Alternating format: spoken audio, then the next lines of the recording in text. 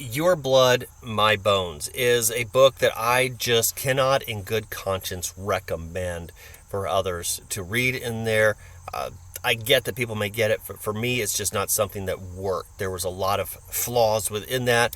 I felt like there was a large backstory that was missing from things that they tried to add in as the story went on.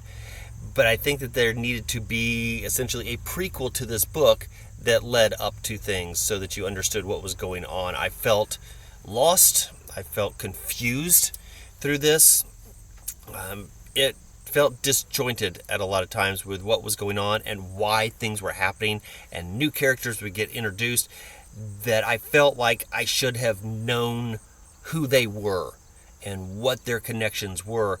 And in this case, like I said, I don't think that the author did a very good job of providing the initial foundation of things, or didn't provide a good job of the backstory of that.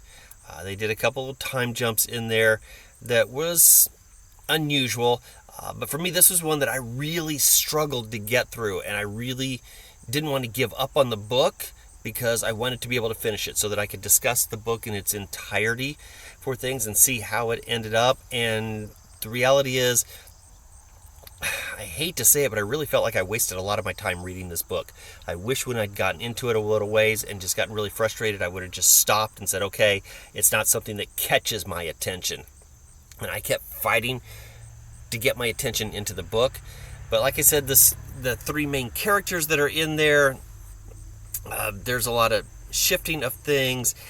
There's some revelations that happen within some of the magic and the mythology of things within there that just suddenly pop up, or that I didn't feel were fully explained like they should have been.